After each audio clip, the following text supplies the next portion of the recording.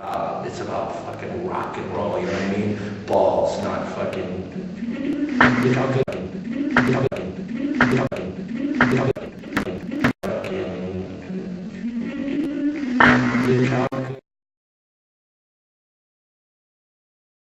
This was probably the most relaxed, vibe ever. I just went over to the Tardy's house every day, drank some beers, played guitar for a while.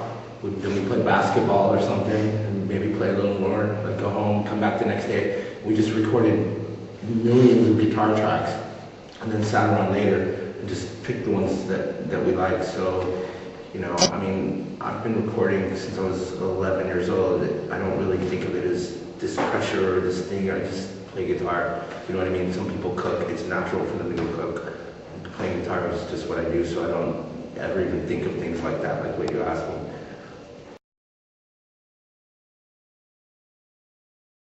Where you decide the last 2 years, now are you going to stay in death metal bands? How can you play in death metal, whereas before you were always playing in classical heavy metal band? Like I said, I just play guitar, and what I do fits in a lot of places, you know what I mean? So I don't think of things like that. I like metal, and I like playing guitar, and I just fucking do it, you know what I mean? I'm gonna stay in Obituary for sure, but I don't look at things like, this style or that style. I just fucking play, yeah, you know what I mean?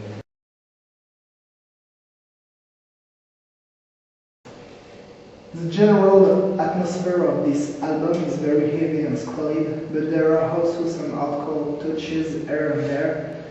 Plus, the title is a reference to the first name of the band, Executioner. Is this because you have found the whole motivation and atmospheres back?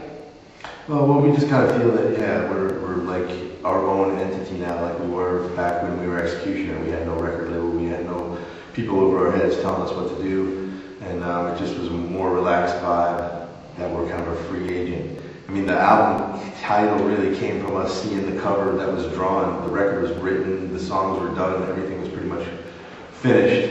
And we got some artwork, and we saw this Executioner looking guy, and that just popped in our head. We said, man, this is like Executioner. It's kind of like back to our roots. The music is kind of old school. It's like back to when Trevor was writing a lot of the riffs for the album, he kept telling me this is like a really old kind of feel to it. And it just kind of came together and fit.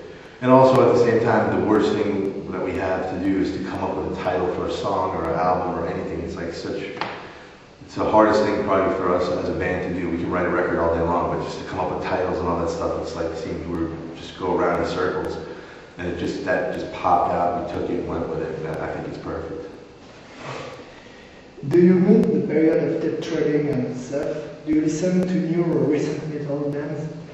Not a lot, not really a lot. There's a couple of bands that I really like that are just coming out. They're unsigned. There's a band called Successful Right Apocalypse Across the Sky.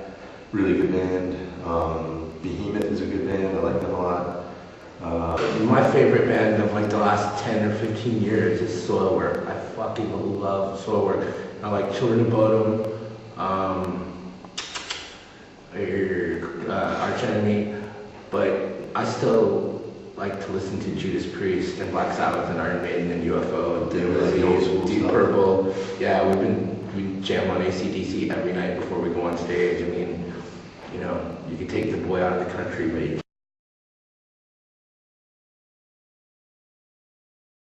When the band started out, you decided to play slow death metals. Why did you choose this option? At the time, it was more common to play as fast and technically as possible. We're just the type of people that when we watch a band and it's very fast and sporadic and technical and you can't understand shit, we don't get off of that.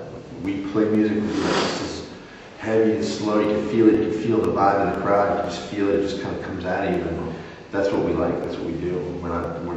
A lot of people have said to us, you should do blast beats and you should do more technical riffs, but no, it's not Obituary. Obituary is not Obituary. Yeah, Obituary is a punch in the face. It's not like we're going to scratch you up and we're really going to hurt you hard with what we come out with. But look sexy while we do it. The guitar sound used on every album is easily recognizable and has become one of your trademarks.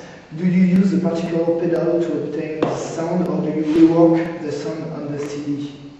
Well, any sound is going to come out of you as a person. It has nothing to do with your pedal or your amp or your guitar or anything like that. The true sound of the guitarist is going to come out of his soul.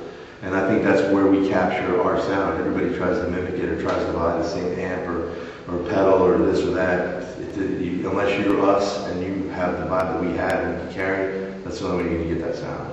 You saw what I mean? Because in every CD you put a song of Obituary. You know it's Obituary because of the voice of John, but also of the wonderful sound, the glue sound of your guitar. It is just you think the feeling of your playing of your Yeah, That's a lot of it because, I mean, Trevor, what he writes, when he plays it, it sounds like Obituary. I mean, he uses a rat pedal, but I can pick up his guitar, play it to it, it sounds exactly like me. You know what I mean? It's the person, if you can play, and Trevor has something that when he plays, it comes out, just like I do, and some people have that and some people don't. So, and a lot of it is, you know, just like the way you touch the guitar makes a certain sound, and you either get it or you don't, and Trevor has his own, you know, thing.